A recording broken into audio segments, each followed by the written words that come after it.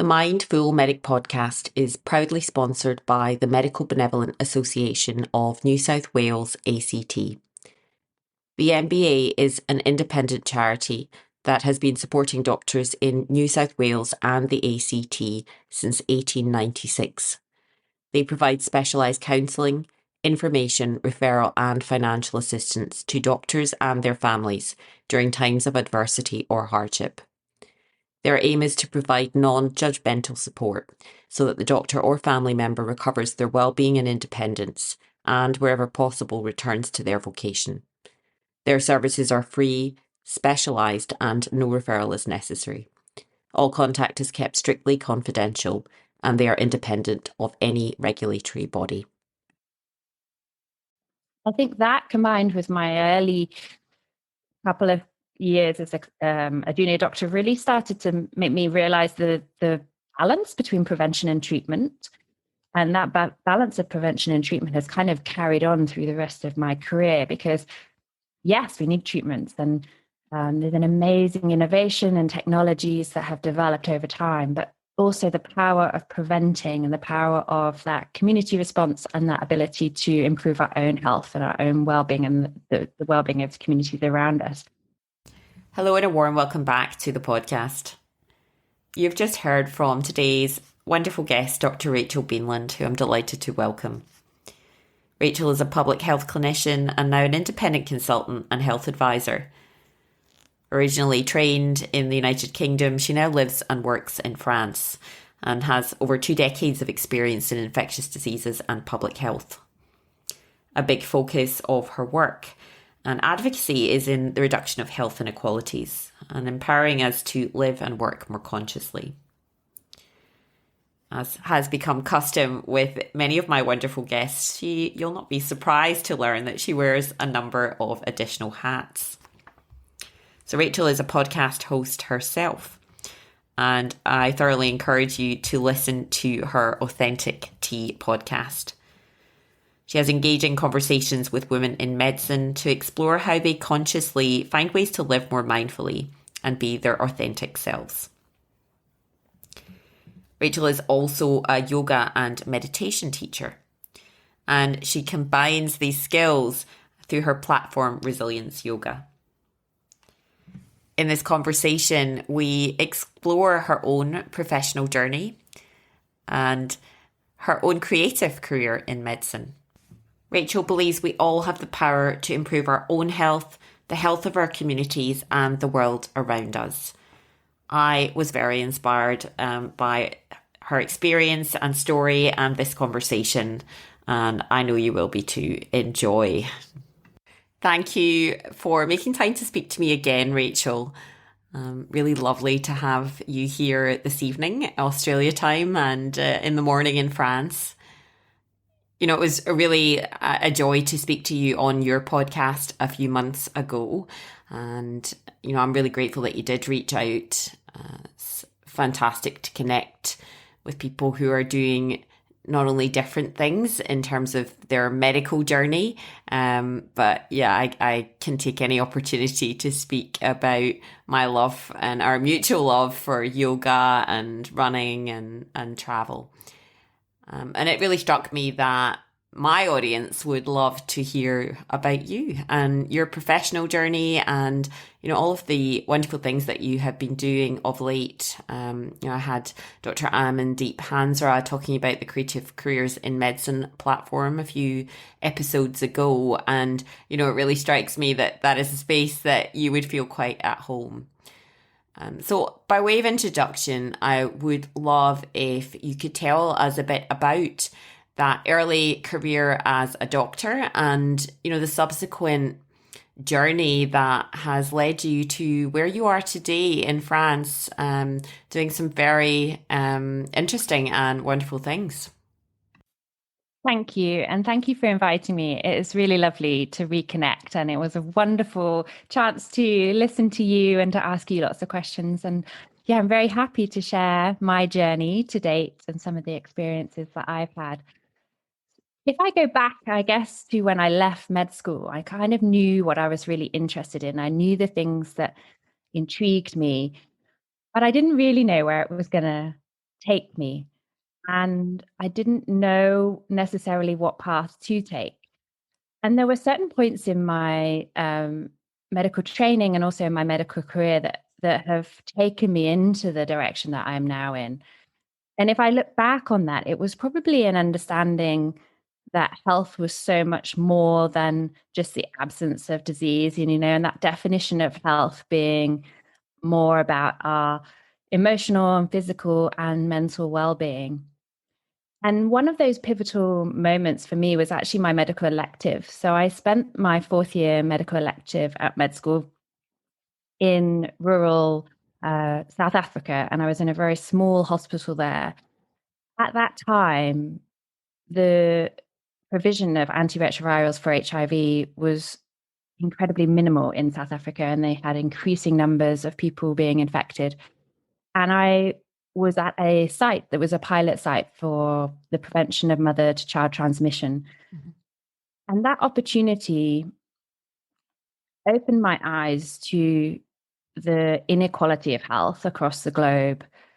I think it opened my eyes to individual suffering because it showed that despite the knowledge that we have of infectious diseases and the provision of treatments, without being able to provide those treatments, people were dying and becoming very ill with HIV and TB. That whole experience also really showed me, I think, the power of community and the power of prevention and education and collective action. The community at that time were experiencing, events that were so challenging. There was a lot of stigma. There still is a lot of stigma about HIV. But in that community, there was a huge sense of, we are going to try to do something collectively to improve the situation. What can we do? How can we implement prevention schemes? What should we be educating ourselves, our children, and our communities about? So that experience really, I think, was pivotal in where I've ended up, because it really did open my eyes to that sense of what health means, what healthcare means, and the inequalities of both of those things, health and healthcare in the world. And so I kind of started working as a clinician and knowing that infectious diseases was something that I've really enjoyed. I found it fascinating. I knew that it was something that, for the majority of infectious diseases, we have treatments that are very effective. And I started working in adult clinical medicine. I decided I wanted to learn more about tropical medicine and infectious diseases. So I did a diploma in tropical medicine. And a couple of years into my junior doctor training, I spent some time in Honduras. And again, that was an interesting experience for me because it was another setting that was a low resource setting. And I started to realize that many of the clinical skills that I had started to develop and was working very effectively as a clinician in the UK, but in that setting, it was totally different. And my limitations, I think that I understood my limitations of my clinical skills in a setting where the healthcare resources were so low. I was working in a rainforest, which was only accessible by boat or aeroplane. So even getting, basic medication, simple investigations, being able to identify and triage patients to be able to go to other levels of care was incredibly challenging in that environment. And I think that, combined with my early couple of years as a junior doctor, really started to make me realize the balance between prevention and treatment. Mm-hmm. And that balance of prevention and treatment has kind of carried on through the rest of my career, because yes, we need treatments, and there's an amazing innovation and technologies that have developed over time, but also the power of preventing and the power of that community response and that ability to improve our own health and our own well-being and the well-being of the communities around us. So I continued on after that for a few years, and I worked as, I did my adult medical training, so my MLCP in the UK, started to get more focused on infectious diseases. And I took a clinical research post in HIV and sexual health. And I wasn't really at that time sure whether research was something for me, but I was really intrigued as to how that would fit alongside clinical work. And that step was probably the first time that I started to then think maybe developing my skills in public health could give me a way of working to address the inequalities that I had seen throughout my clinical career, but also think about using my skills to try and make an impact at a population level. And my public health training really gave me all those skills, assessing needs, understanding needs of a population, thinking about the evidence that we use to ensure that interventions are evidence-based, and really trying to shift population health. I was fascinated when I started doing public health of the whole kind of the Jeffrey Rose curve of risk and just being able to shift a whole population's health across. Yeah. And many of these things are quite simple. Many of these tools are quite simple. And so I've continued on in that way with public health, and it's been an amazing journey for me, really, and it continues to evolve. I continue to find ways that I can support the individual health and well-being of people, but also that population level. Thank you for that, powerful overview and introduction. There are so many things that are popping up in my head as I'm listening to you speak. But I think so conscious of where we are in the world right now and how relevant what you have just said is, and all of those experiences that you have had to date are. Your specific training is so relevant, and I wonder if you have felt that, and how has it played out for you in the clinical setting through this pandemic so far? Yeah, so I think public health professionals, more for all clinical professionals, I think for all of us, we are trained to respond to emergencies, and there's no bigger emergency than a global pandemic. But I think that it is reassuring to know that we all have skills that can contribute, but that can be in so many different ways. And I see that in so many different other professions as well, outside of the medical profession, of that contribution to the pandemic response. Because I think that if we look at like the social determinants of health, we also know that so many things impact our own health and the health of populations. So that, the economic aspect of things, the social aspect of things, and lots of people have roles to play in that response to an emergency and the response to the pandemic. And you've just highlighted, the importance of inequalities in health, and this is what we're seeing play out around the world.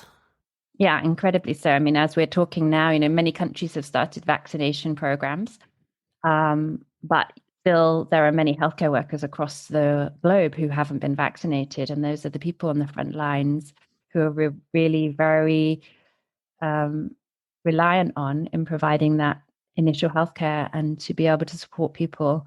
So it does, it really heightens those inequalities.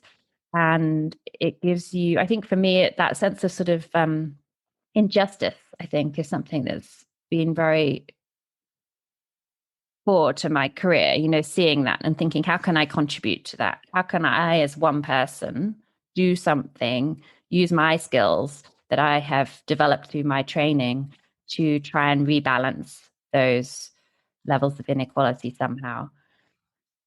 For me, the pandemic has been interesting because the way I work at the moment is as an independent consultant. So I'm not attached to necessarily any body or any organization. And I've chosen to work like that because it actually has given me a huge flexibility and creativity, really.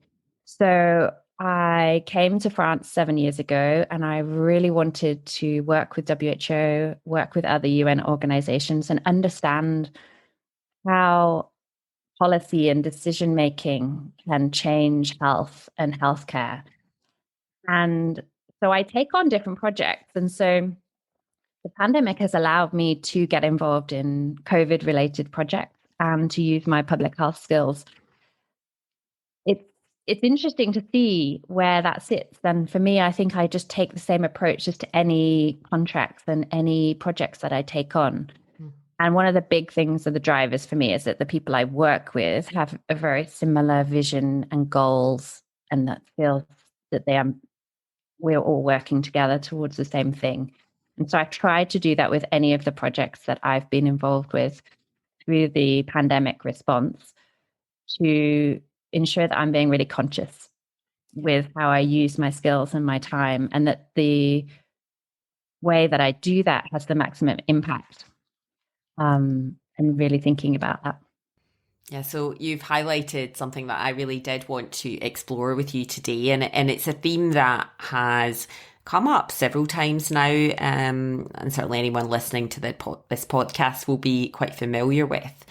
So you mentioned that you've become, an independent practitioner, consultant, clinician, to give yourself inherent flexibility to be creative in your career pathway. So I talk about it in terms of autonomy of practice. Certainly something that can be quite difficult as a trainee, and for many other factors that can influence our life that may limit us in terms of how we find space. And this, I think it's really important if we can carve out this space to be the conscious creator, essentially, of our own life and career pathway. Now, you've mentioned that through that process, you've moved countries. And, I certainly appreciate the challenge, the uncertainty, and, some of the things involved in that process. So, how did that come about for you, and what was the impetus to make a big move? I think it's always having that sense of exploration and that knowledge that sometimes I enjoyed many aspects of my career. So, I enjoyed working in a clinical, busy hospital environment. I also enjoyed working in research in the UK. I enjoyed public health in the UK. But I always knew when I wanted to explore more. And even though I didn't know where that was going to end up, I think that sense of exploration and that sense of going to keep moving towards that path gave me that feeling that, yes, it was very uncertain moving countries. I'd finished my specialty training and I could have stayed in the UK and taken a consultant job there. But I knew that was something more I wanted to explore, and there was something else I wanted to understand. And to do that, it felt like it was a good move. The other thing I think that also happened, and it's interesting that this happened at the same time as my shift away from clinical medicine, is that understanding of prevention and well-being and that kind of greater definition of health also made me look at my own individual health and how I was actually living and how my own physical, mental, emotional health was. And very early on in my public health career training, I went to a conference and they were talking about transition towns. And I can remember thinking, this is interesting because what's this got to do with health? And I started to realize that there was such a link between, all this, as I said, the social determinants, and thinking about how we are actually living in the environment we are in. And so that journey, if you like, has kind of carried on with my public health journey. And I started to really think about my own well-being. And so moving also to France was also part of that, thinking about where I will be able to live the type of life that makes me thrive and makes me feel that I am supporting my own physical and mental health as much as possible. Great. And I'd love to know if, you were aware or conscious at that time of maybe thinking a bit differently in terms of how you saw your career and your future progress.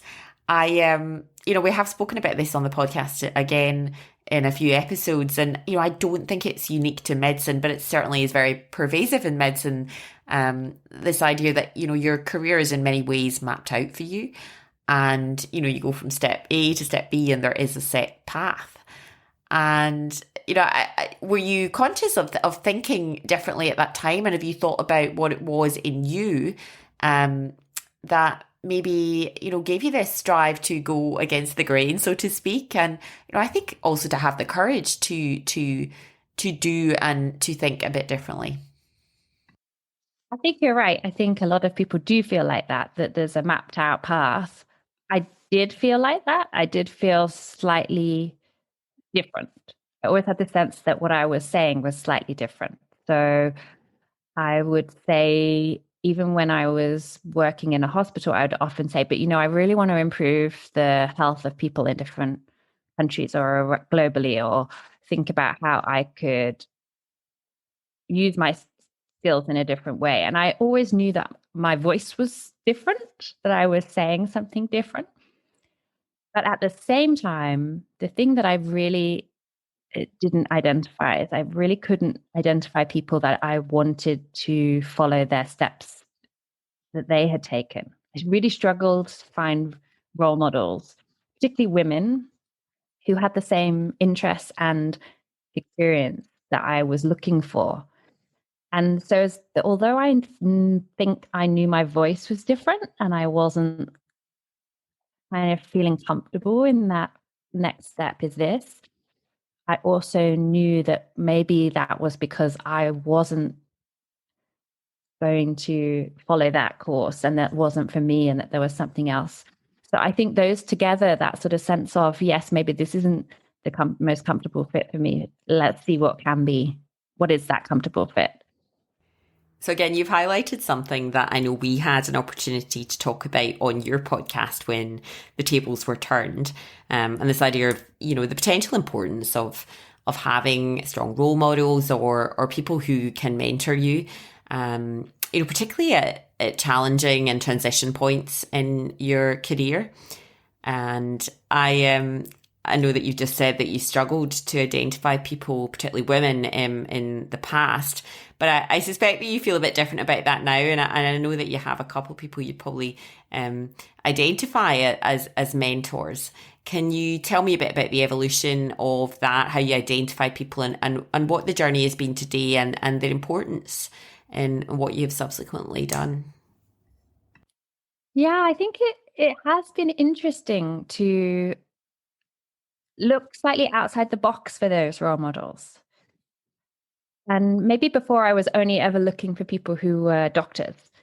And I think there is such a power in sharing stories. And as we've talked about, partly our podcast, both yours and mine, are there to share those stories of people who are doctors, who are doing different things. I think that some of the people who have really given me the space and time to think and develop that confidence have been within my training. So I had an opportunity to have a coaching sessions delivered by someone who at that time was training to be a coach. So it was a great relationship because she was also, trying out her new skills, but it gave us a great start to what has turned into more of a mentorship. And she is someone who has been really pivotal in allowing me space and time to think about different things. And it's great to now share where I'm going with that. And I think some of the other people I look to are people that a lot of colleagues actually, now I think about it, but people that I've worked with and I've really admired their approaches and their values. And I think that it doesn't matter where those people come from, what their work is, but it's those values and that sense of, and I think that's where the connection comes from. I think that's when we feel connected to someone, it's because we can identify the same things in those other people. Yeah. And, I'm conscious of the great privilege we have in having our podcasts and being able to create this community and having these incredible guests who are very willing to come on and, share their time. Listening to your podcast, I have identified several very inspiring women in medicine who I'd love to have as a mentor. So thank you to them and to you for the work that you're doing there. So I just wanted to go back, to the fact that we have discussed that you have taken the road less travelled, so to speak. And, you have moved to another country. I mean, I know that you've said you've worked in different countries before, but, this is now relocating for a more permanent period of time. And I think these things can be very challenging, very stressful. They never quite go as you plan, and there's always some curveballs. So I'd love to know what this journey has been like for you and moving to France and what it's taught you so far. So moving to France was very challenging in some ways and incredible in so many others. I think the language aspect of moving here has been something that I hadn't necessarily anticipated, but it's given my brain an opportunity to learn something completely different. And I always loved languages. When I worked in Honduras, I was working in Spanish. So languages were always something that I loved in the way that you can connect to people. But the language here, particularly, I mean, that's been a challenge. It has been difficult. And it's been a challenge to find your sense of your own self because you feel different. You feel that you're projecting yourself differently and the limitation of that language. So I would say that's been a big challenge for moving, even though we're not very far from the UK, the cultures overlap. But in terms of moving myself into a space where the language is very different, has pushed me really pushed me out of my comfort zone. Lots of situations where, the fear of failure has to disappear because otherwise it stops you. And I was talking to a friend about, being online, having an online presence and podcasting. And I think a lot of us feel this sense of, oh gosh, transparency, we're opening ourselves up to the world. But someone advised me, take yourself out of the equation. And I think that's a similar thing with language. If you let your own, your sense of inhibitions, if you let that kind of crumple you and hold you back, that fear of failure will stop you. It will stop you progressing. And had you much French before you started? No, not really. I mean, I had learned Spanish as my first language at school, and French was a second language for me. I did maybe 18 months, not even that. Yeah. It was always a holiday language. We used to come on holiday here a lot. So I had very basic understanding. I've taken a lot of lessons, a lot of progression through immersion, I think, immersion and understanding people and not being afraid to get it wrong and afraid of failure. But also, I think what drives you, I think this is probably something that I've always found, is that if you know that it's going to be a benefit to you, then you can put more energy into it. I find it so impressive. Do you actually work in French as well in your clinical practice? No. I mean, that's another step, I think. Combining the two together would be a big step. I think maybe if I'd immerse myself into it straight away or at a different earlier stage of my career, then maybe it could have been an option. But yeah, maybe, who knows, in the future, we'll see. Yeah.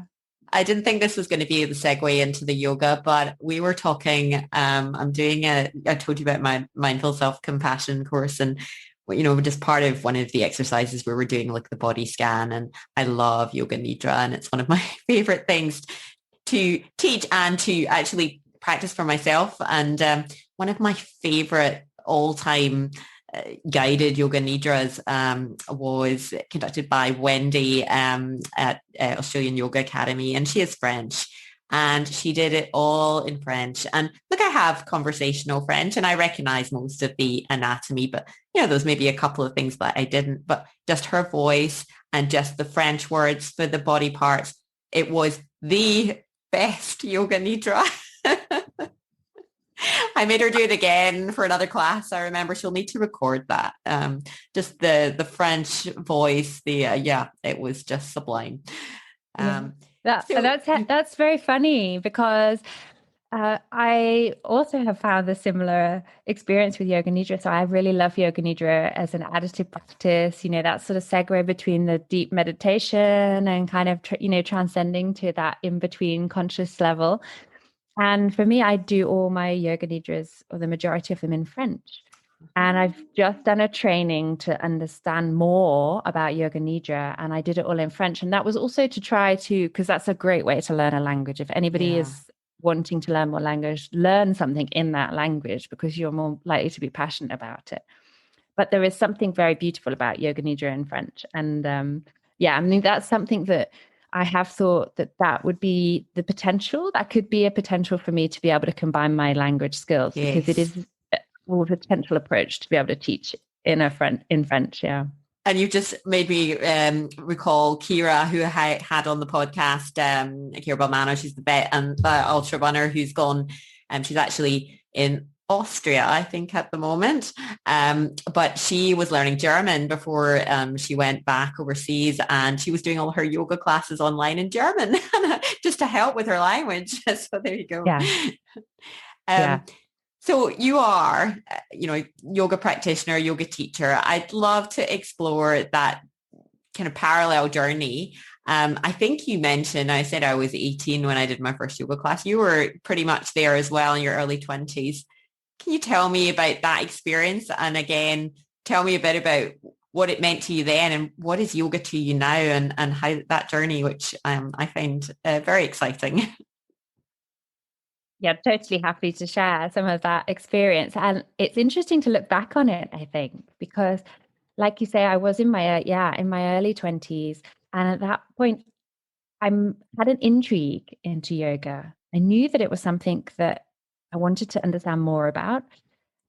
At that time, I had a few books, a few DVDs even, and I would do very infrequent practice, very asana-based practice, so movement-based practice.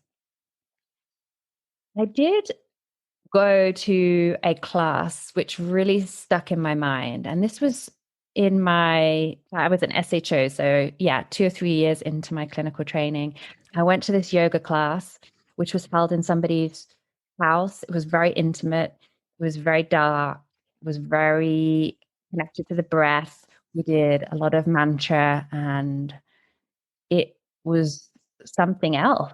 I remember thinking, wow, this is an amazing experience. How relaxed I was. I was in a very stressful role at that point in time. Yeah. How relaxed I was, how I had created a bit of space and time for myself by using these practices.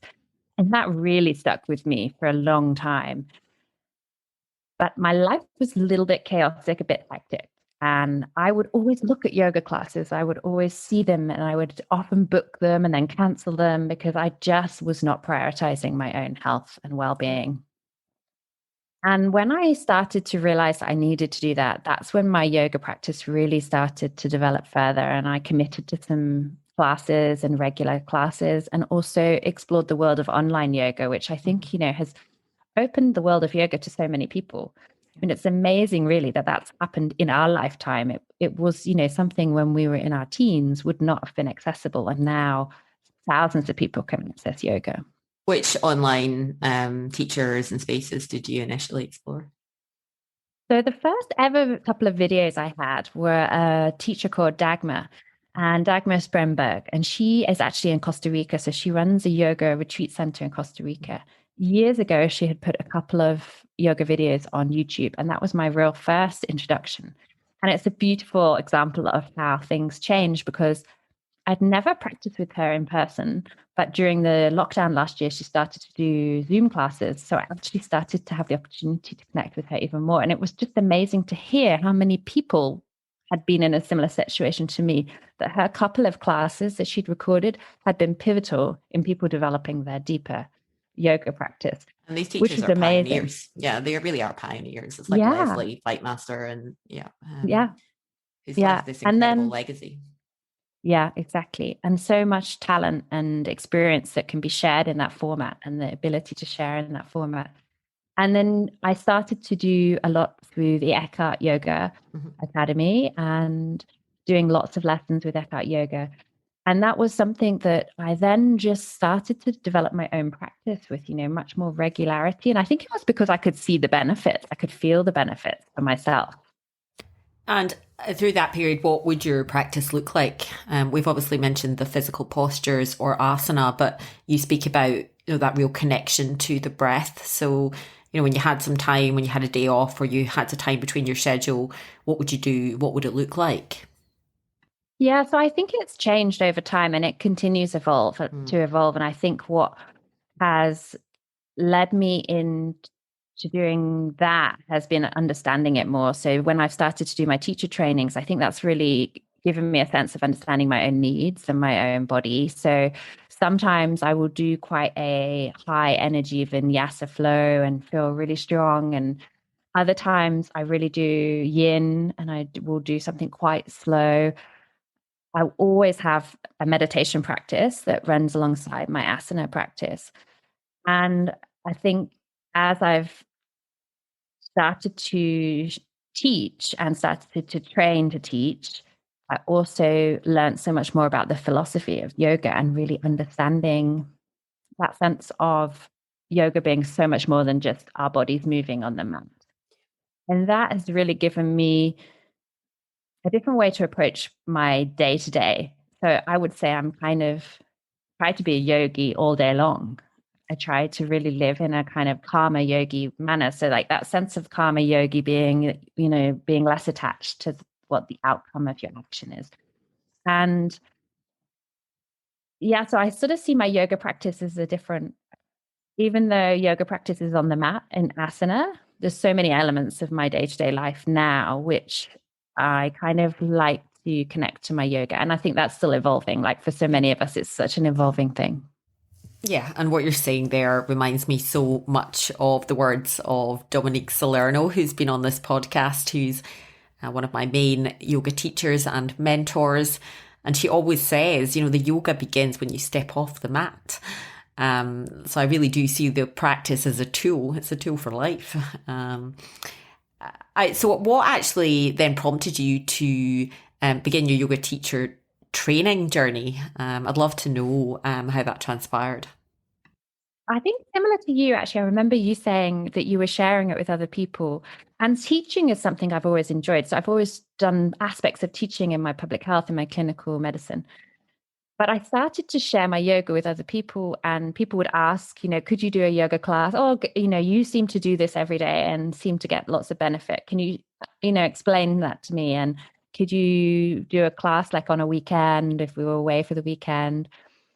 And a very close friend of mine went through a very, very challenging period. And she said, can I just ask you something? And of course, I'm here to be your friend and support you.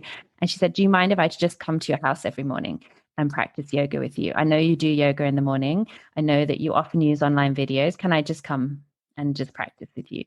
And she did this for maybe 3 months. And I wasn't teaching at that point. We were just going through a video together. But it really showed me the value of sharing that experience and being open to sharing, because before then it was something I did and it was for my own benefit. But I suppose it goes back to that. My balance that whole time through my career has been wanting to do things for the individual, but then for the greater good, and thinking about that sort of community impact. And that experience really started to sow that little seed of, let's learn more about this. Let's learn the skills to be able to share it in a structured way as well. And that was very important to me. That I think so much of our careers, we're so rightly so, we go through stages to be certified, we go through stages to be accredited. And I really wanted to make sure that whatever I share now with yoga is also in that same line, that we are sharing things safely and that have been proven to be effective, Yeah. Yeah. I mean, I think I can identify with that, feeling compelled to have the bit of paper, the certification. But I do think my primary goal was wanting to learn more and to immerse myself in the practice. So I get asked this a lot, and I do think there are some misconceptions surrounding exactly what yoga is. So if someone was to ask you what is yoga, how do you describe it to them? Do you have a working definition of yoga? For me, yoga gives me that sense of clarity and calmness and the ability to keep moving forward. It allows me to live in the way that I feel is the most conscious way that I can be part of this greater planet Earth And that sense of consciousness, that's what it really gives me, is that sense of being really conscious about everything that I do. So that, I think, for yoga is the consciousness of body movement, the consciousness of breath and the breath connected to the body, but also our consciousness of our thoughts. And then that translates into consciousness of actions and really thinking about how our words, our actions impact everything around us, the people around us, the communities around us.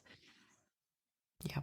I mean, we're going to move on to talk about your podcast, but just listening to you there, and I know, I mean, driver and theme behind your podcast is this, you know, really becoming our authentic selves, and exploring what that means for us as individuals and in our connection to one another. And I'm also thinking again about Dominique, and some of the things that she has taught me through the teaching journey, and you know what it means to be pupil, what it means to be teacher. And you've brought me back to the celebration of Guru Purnaham, which wasn't something I had been familiar with previously.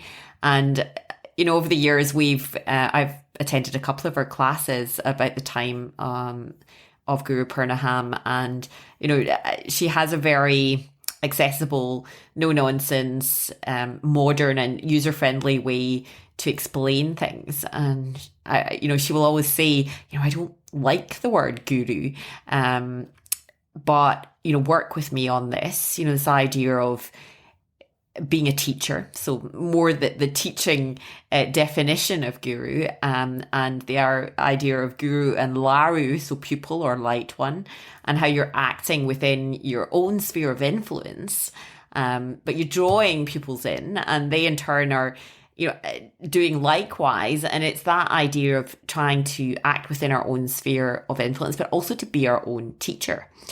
I don't think I've explained it quite as eloquently as Dominique has in the past, but it is a concept that has really stuck with me. And I think it's the great privilege of the teaching journey.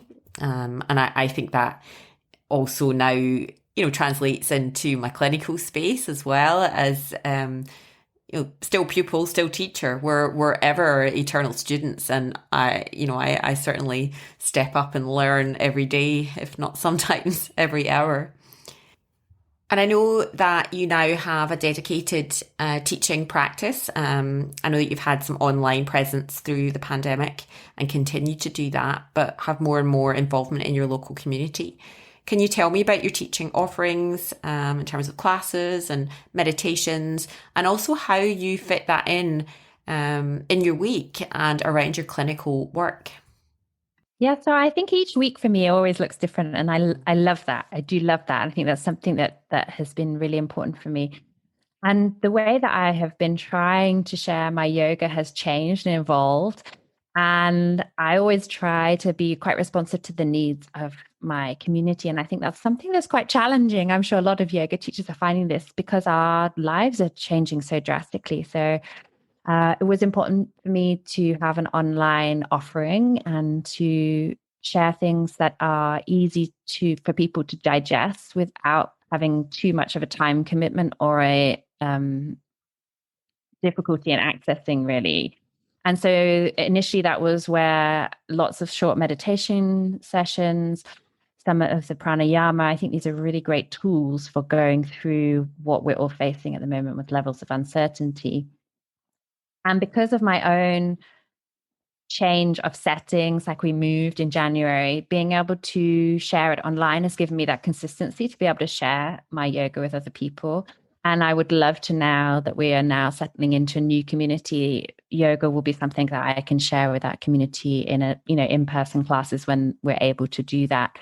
So the way for each, like you said, if on a weekly basis, it really does change. I like to be able to continue creating content for people. And I really like to focus my content and what I'm sharing for other women in medicine, because so many of the requests that I have got, particularly in the last 18 months, 2 years, are people in those situations where they are looking for stability, a sense of grounding, and some calm and clarity, and feeling in control of what you're doing. And I think that yoga and meditation and pranayama can really offer very easy, small things. And then if people want to explore more, then I think that's wonderful, and I really love to be able to support people to do that. But I also think there's a huge value for just understanding small aspects of it and breaking it down.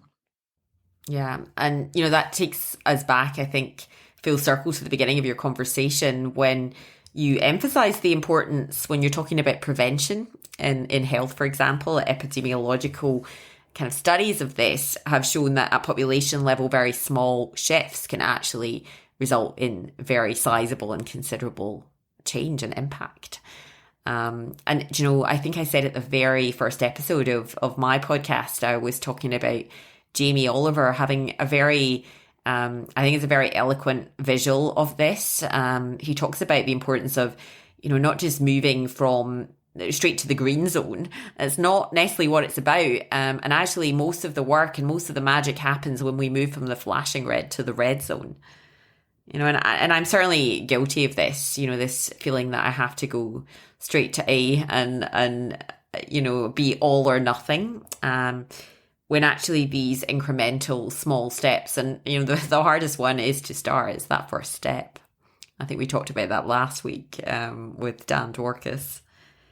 So if you have somebody listening here who is curious about starting a yoga practice and they decide to visit your online space, which I'm going to link in the show notes, where would you advise them to start in forming their own practice and developing their curiosity? Yeah, so I think if you are interested in yoga for movement and for that body, I think that body movement, I would start with some really short practices. So I think 20 minutes, 15 to 20 minutes of a guided yoga practice. And there's a few videos that I share freely online. And I think then there's so much yoga online that people can dip into, but find something that's just short, that fits into your life and that you can give yourself some accountability and commitment to, because I think that is an amazing tool to say, I'm committing to my own health, and to then see the power of that transformation and finding a time that works for you. But at the same time, I think the other lesson that I've really learned is that every day is different. Yeah. Every day you feel different. And so, yeah, on my website, there's I do a higher energy flow and then a much more kind of relaxing, restorative, hatha yoga practice. And I think it's also important to recognize, what is it that I need today? What do I feel like? And that can be just sitting on the mat. That can just be creating a space for yourself to just sit and have that sense of calm and breath. Or it can be, I really need to move. I really want to get a little bit hot here, but I want to feel that the connection to my breath. So I would say if you're looking to start with yoga, keep it simple, keep it short, and don't make your expectations too high, because that's definitely something that I think a lot of us are guilty of doing. We always, like you say, we want to shift from A to B. So we think, right, every day I'm going to do an hour and a half of yoga and it's going to be absolutely fantastic and I'm going to feel amazing. But keeping it really realistic for your life, and then checking in and thinking, how is this impacting me? Do I feel different? Does my sleep feel different? Do I feel like I'm responding to situations differently? Am I giving myself space? Is my stress level different? Do I have moments of anxiety? So that you've got that feedback. We're so used to feedback as clinicians, right? We love feedback. It's like you see something happen immediately or you don't, or even in public health, you want to see some impact. So think about that for yourself. Like, what is that impact that you see? So those are the things I would suggest, and explore, be open to exploration. Fantastic. Yeah, I mean, I agree. And I think that I do think that movement is a way in for many people. Certainly when I teach, I see people come in to move their bodies and really get benefit from, opening their chest and shoulders and stretching out their hips. And, we've all been stuck in cars and chairs and at desks and online Zooms. But actually, I don't think that's what brings people back. And I think certainly I have been my past experience has been that I have had this disconnect between what's going on in my head and what's going on in my body. But, increasingly for years now, I really feel that connection of what's going on in my internal space. But I think many of us are used to overriding it. And I think that is the beauty of yoga, this idea of introspection. You spoke there about feedback, and it did bring me to the conversation on your podcast with Nicola and Joy, and you talked about measurement, because your week is different, as you say, and different every week now. And I think in a kind of maybe more traditional clinical role, you're kind of used to, I'm going to be doing this clinic on this day, and this is my measures of, how well that has gone. How have you kind of reconciled that different feedback in your head with a different way of working? Yeah, I love that episode with Nicola. So Nicola is an empowerment coach, and she had a big transition in her career from a clinical role to working full-time as an empowerment coach, and that's what she offers. And we talked about productivity, and this was something that I really found intriguing, that some roles that we have in life, and I think this is similar for many other careers, it's so obvious what your input and output is.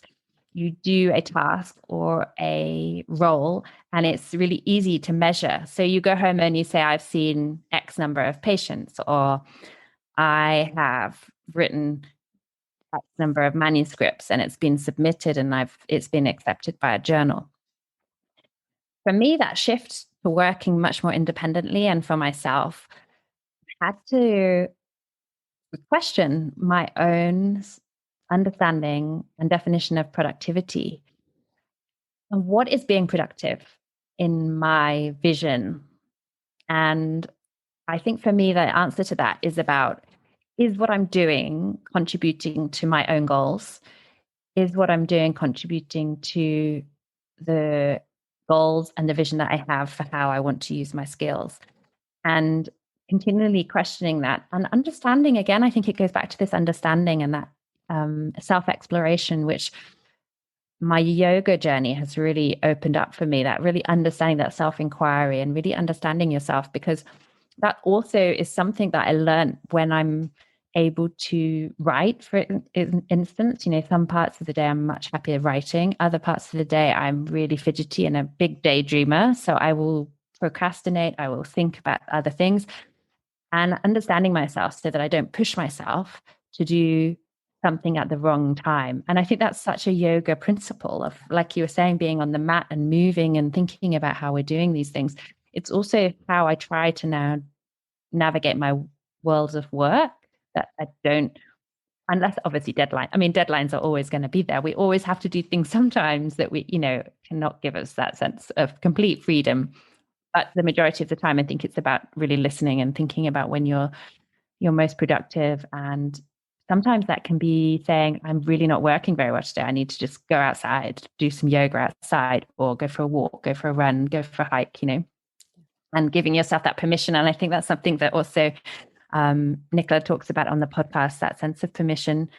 And that's probably a running theme with a lot of the guests I've had on the podcast, to give yourself a sense of permission that, yes, what I'm doing is a value. Yeah. And I want to now go into the podcast, but just on that value note, you spoke about the yoga philosophy and what it's taught you. And I think we had the conversation about values and self-inquiry, and how I personally felt that I did more of that in my yoga training than I ever did in my medical training. I don't know if you have any commentary on that, if that was something you felt.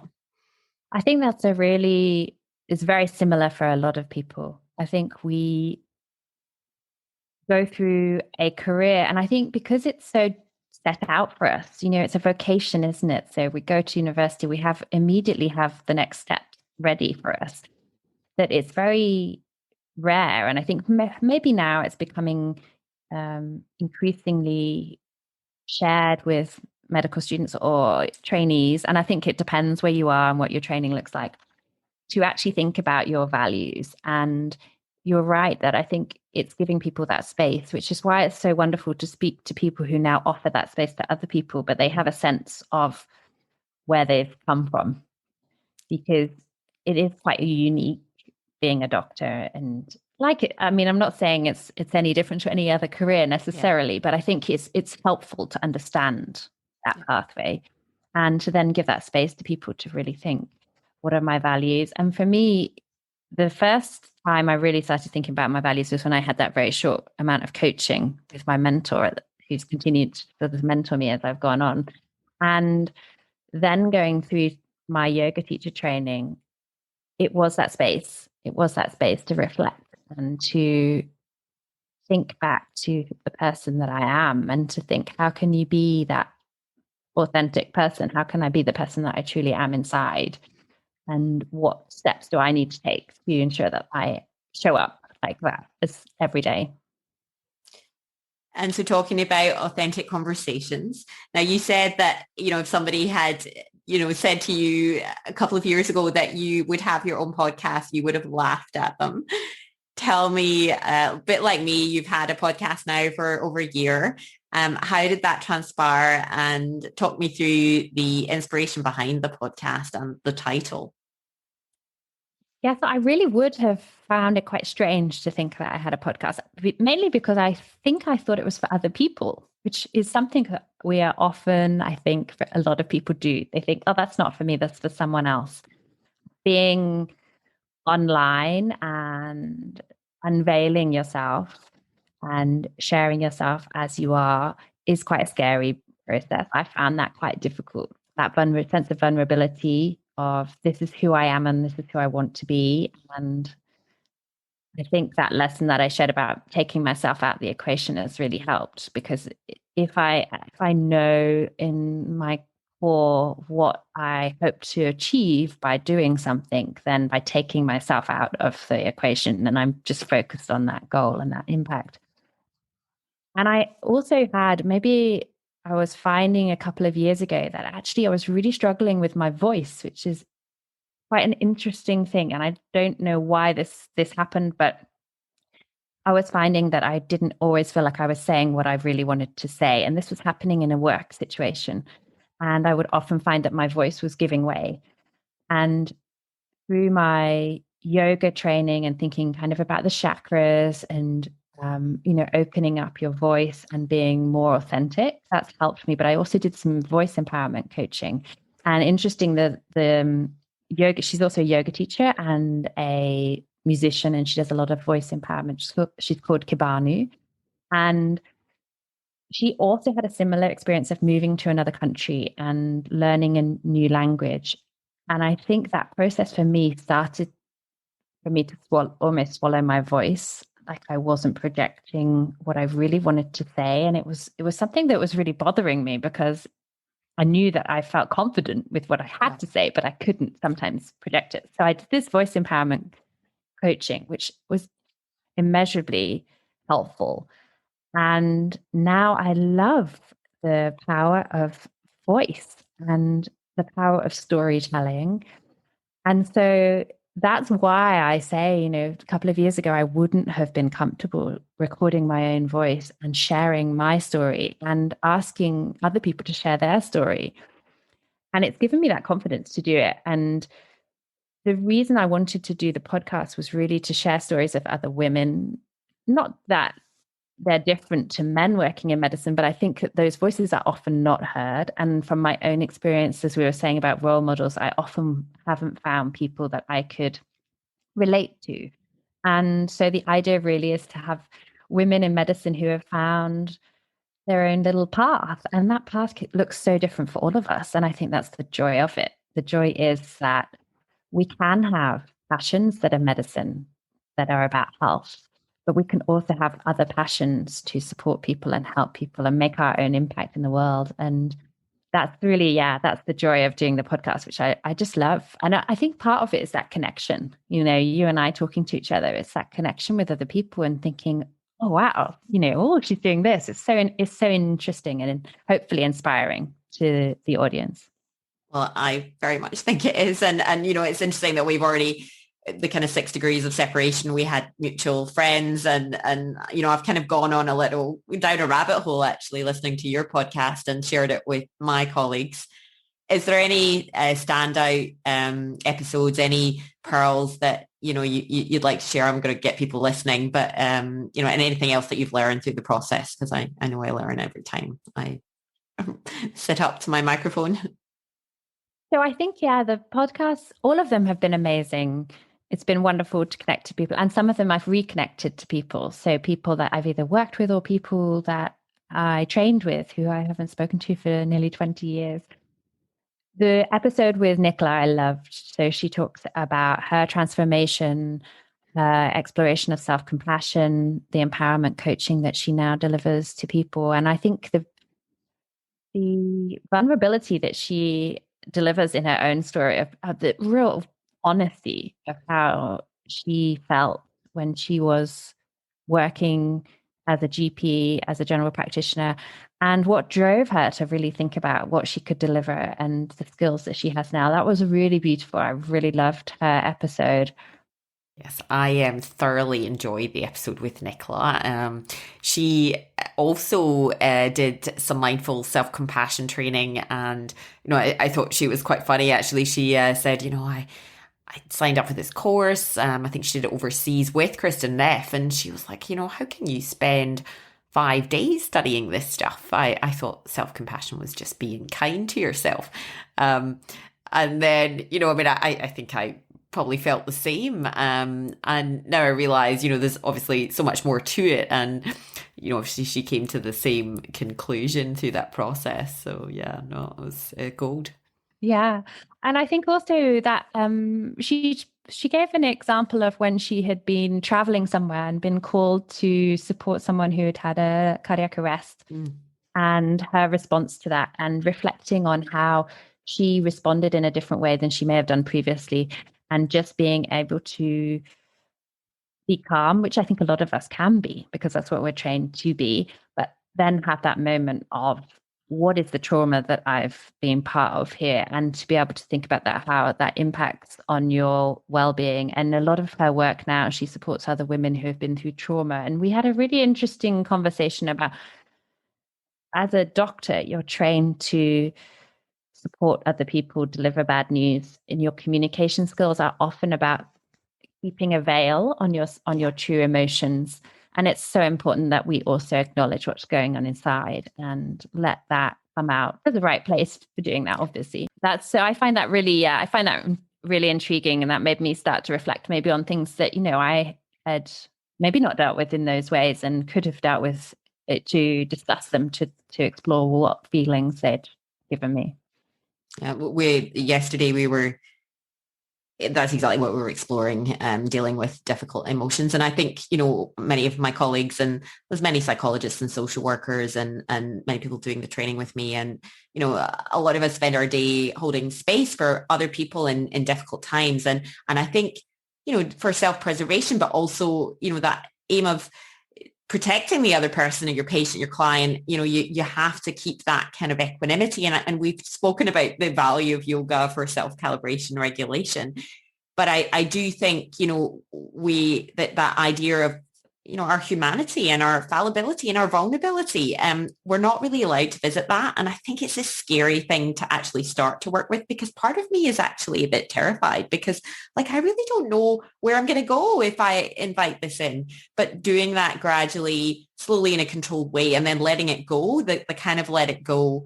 So I'm loving the training, because there's so many things I hadn't thought of. It's a bit like the yoga philosophy, questions I had never entertained. So I think, I would love, like Nicola, to be able to share this with other people moving forward. So hopefully that's the way we'll go. And I think a lot of that is about being open, isn't it? It's about being open to exploring new ways of doing things. And it's not that the old ways of doing things are necessarily wrong, but I think we've learned so much more in the time since we've trained. There's so much more now about self-compassion. There's so much more knowledge about the evidence of different techniques to deal with trauma. There's so many different things that cross that boundary between, the Western science and the other practices. So I think that's where it's like staying open.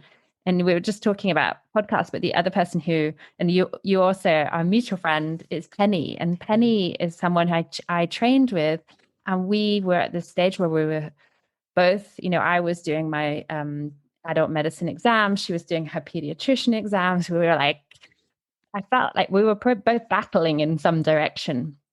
But she at some point then had, the opportunity just through life changes to be more open to things. And she has got an amazing ability to really listen. And she has her podcast called Naked Health, which is telling the voices of people who have had cancer and gone through treatment for cancer. And she is someone who, I think her drive about sharing voices and giving a voice to people who we often do not hear has really pushed her into different things. So she shares that she doesn't always feel comfortable, being on television or doing a media presentation on radio. She's not always in her comfort zone, but what allows her to do it is that drive that she is comfortable with the intended outcome of what she's doing, which is, I think, if we can all do that, then it pushes us on. I love her podcast, and I hope that she will do another season, because I agree. It's a different way, and she has got the patient's voice there. And I think very powerful conversations. We started our podcast about the same time, all three of us. So I really hope so. Penny, if you're listening to this, we want more. Yeah, please. We want to hear your voice. And tell me about the tea. I've got also the authentic tea. I think this comes from, obviously I love tea, being a Brit. I mean, who doesn't? But I think for a long time, I used to say to my husband that I wanted to be this person who would sit in a coffee shop with a chamomile tea, who was just appeared to be calm and just spending the time being. And I think this is what I also thought. That's my vision of someone being calm. It was just funny. I don't know where that came from, but for me, I do think there is, when we take a tea and when we have a pause, whether we do that on our own or with other people, it is that moment of stillness, and it is that opportunity. And for me, there's nothing nicer than giving someone else that time to say. And I think that's often something, maybe it's very British to do that, but I think that is that thing of, you see someone, and we're talking about supporting colleagues and thinking about how our colleagues are, but just saying, should we just grab a tea? Should we just have a bit of a pause? And it just stops you from the doing to that being. Yeah. That's where the idea of the tea comes from. And is there anything else that you'd like to share with me or my audience that you would think is important if we did sit down to have an authentic cup of tea? I think one of the things I really would love to share, and I think it's just being comfortable with yourself, because it's an evolving thing for me. Like, I still have to work on it, but realizing that we are all individuals, but at the same time, we're all sharing the same earth together, and just being comfortable with what you're thinking. And if that means you want to try something different, great, do it. Just be comfortable with it. Don't feel that is not you. So it's that sense of confidence with, it's okay to be me. Fantastic. Great. So I'd like to move on to the closing questions, and I know that you're quite familiar with these by now.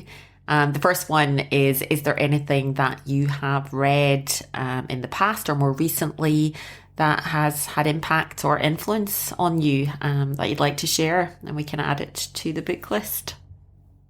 I'm going to add a slightly wild card to this book list, I think. But go for it. There's a book I've been obsessed with for the last couple of months, which is Wild Fermentation. So it's the flavor, nutrition, and craft of live culture foods, and it's by the author is Sandor Katz. I'll send the link. But the reason I love this is that nutrition is a massive part of my health and well-being, and the author of this book shares so much about his own process with fermentation, and he is a person living with HIV. Mm-hmm. So he also talks about the value of fermentation and good nutrition in his own well-being when he's on antiretrovirals and taking other treatments as he needs them. And he also links in with this fermentation is this sense of a cycle, this sense of the fermentation process in food is really in that part between life and death of a food substance. And it's that whole sense of understanding the whole cycle. And I think that when I look back and when I reflected on some of the questions, that sense of the cycle was what I really loved when I learned biology and the life cycle of insects and animals and thinking. And that's, infectious disease is so much about that life cycle. So it's been fascinating to explore wild fermentation. And on top of that, it's amazing for your health. And I would recommend everybody try it because it really has made me feel quite different in terms of trying out some of these recipes. So What are yeah. you doing? What are you doing specifically? So some of simple things which I had tried before, which is vegetable stuff, so kimchi and vegetable fermentation. Kimchi. But he also does a lot of grain fermentation, so making dosas and idlis and ogi, which is a African porridge substance. I'm sure I've had ogi as well. Oh, fantastic. Yeah. So lots of things. And then it also talks about beverages. So I always have kombucha and often making different types of flavored beverages that are kind of fermented or lightly sparkling. So I've just done a ginger bug, and then from a ginger bug, you make ginger beer. And it's just really appreciating. It's made me learn to appreciate that, that food cycle, that end of the transition between what's going on, that microbiology in the food. So yeah, that's an interesting one. And I think you've gone some way to answering this, but what does well-being mean to you? Well-being for me is about energy, I think. It's about having enough energy that I can do the things I want to do in the day and have enough energy to share that with the world.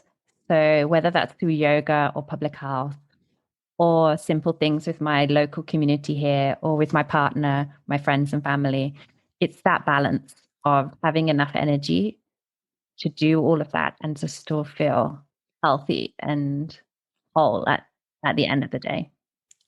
And if you were to design a self-care Sunday for yourself, what would it look like?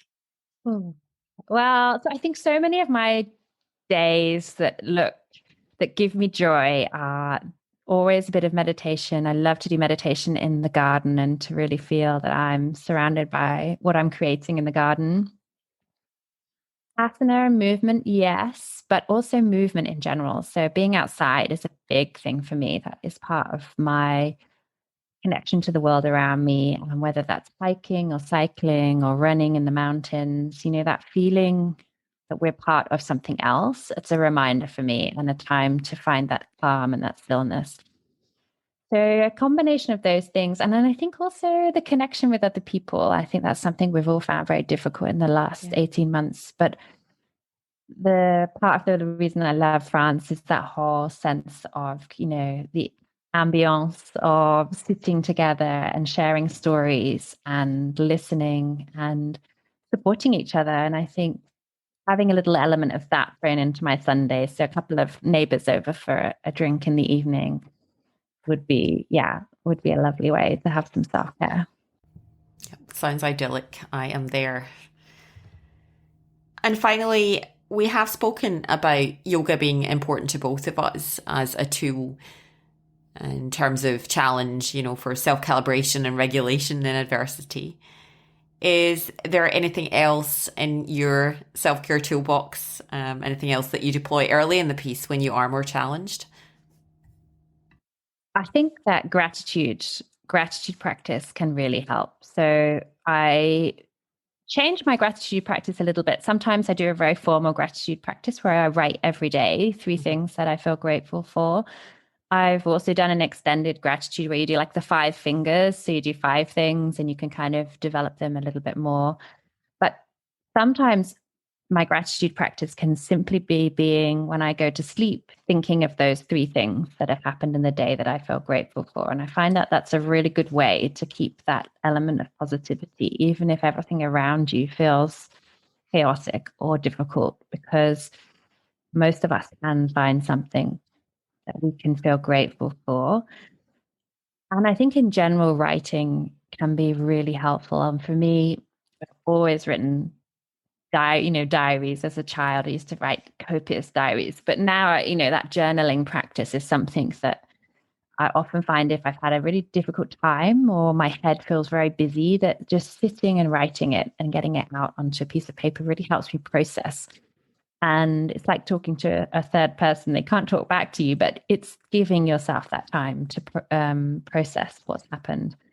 So I think those are really great techniques. And one of the other guests, actually, Lewin on my podcast, had an amazing experience of doing an art journal, which I thought was just beautiful, because a lot of people are not very word oriented. They don't like writing. And so actually she had done some art journaling where it was just, scribbles or doodles, or if you have talent, maybe it's drawing and doing something that describes how you're feeling or something that's happened, an event that's happened. So those are two things that I think are really helpful, in addition to some of the other self-care practices and the meditation and breath work that can really help us to understand ourselves and to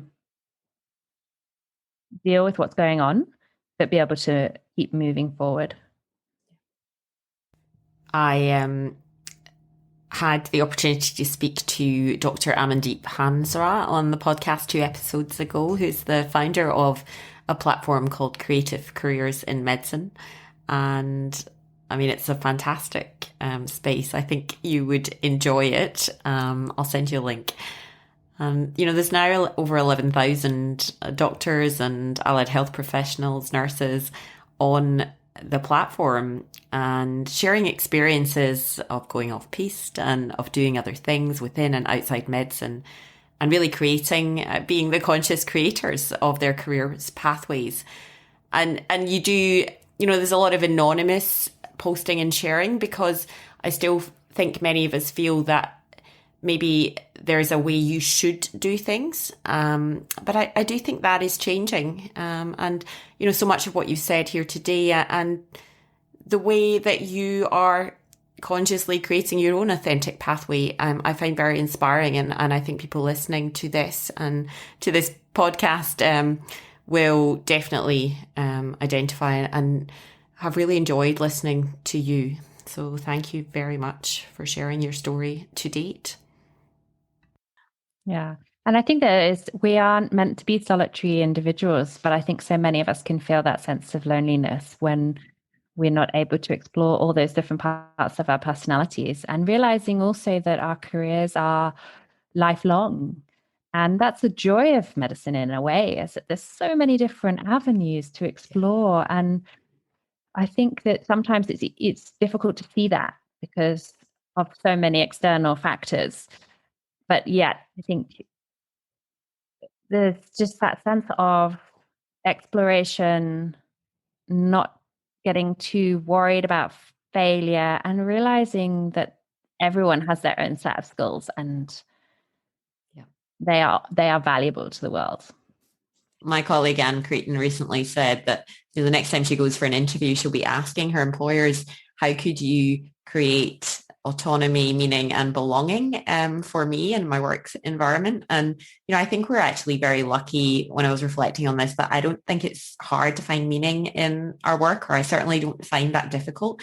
I think autonomy, I would probably say we may have struggled with in training, but I think increasingly I've managed to probably cultivate that more for myself. But the belonging, I think that's something we all have a role to play in connecting and reaching out to other people. So I want to thank you for reaching out to me, because I feel it's great to have met you. And I can't wait till I actually go running with you one day in the mountains and practice yoga on a mountaintop. We will hopefully do it. We'll make it happen. That would be wonderful. I think there's nothing nicer than taking your mat onto the top of a space, whether that's on the top of the mountain or just outdoors, and feeling that sense of belonging on the earth and giving yourself that space. So I really look forward to a time where we can do that. But thank you. It's been wonderful to connect and to chat with you. And please keep podcasting. I'm really enjoying the show. And I'll put a link to your podcast, Authentic Tea, and to your website, Resilience Yoga, and your other contacts for people to get in touch.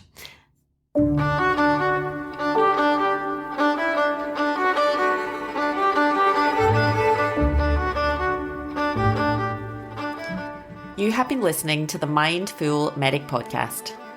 I hope you enjoyed today's show. I will put a link in the show notes to Rachel's website and where you can access her podcast. I've also put the link reminding you to subscribe, to rate and review. I look forward to joining you next episode when we are going to be exploring a topic very close to my heart, discussing everything movement and the mind with researcher and clinician Dr. Brendan Stubbs. I look forward to joining you then. The other thing I think that also happened, and it's interesting that this happened at the same time as my shift away from clinical medicine, is that understanding of prevention and well-being and that kind of greater definition of health also made me look at my own individual health and how I was actually living and how my own physical, mental, emotional health was. And very early on in my public health career training, I went to a conference and they were talking about transition towns. And I can remember thinking, this is interesting because what's this got to do with health? And I started to realize that there was such a link between, all this, as I said, the social determinants and thinking about how we are actually living in the environment we are in. And so that journey, if you like, has kind of carried on with my public health journey. And I started to really think about my own well-being.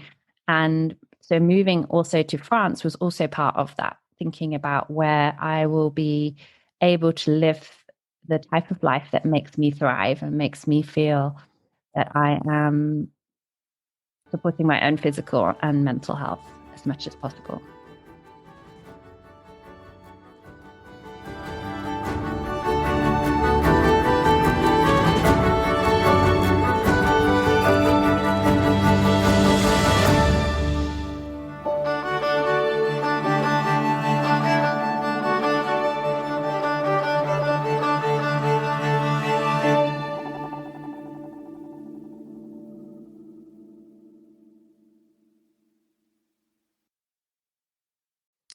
The MBA New South Wales ACT does wonderful work for those of our colleagues who are at this very minute experiencing a hard time. One way you can show you care about doctors' welfare is to go to their website, www.mbamsw.org.au, and donate today. Knowing that their colleagues' care is a big part of these doctors' recovery, so please be part of the solution. All donations are tax deductible. If you can, please consider a monthly donation, as even small amounts collectively will allow them to plan their growth to support the increased demand.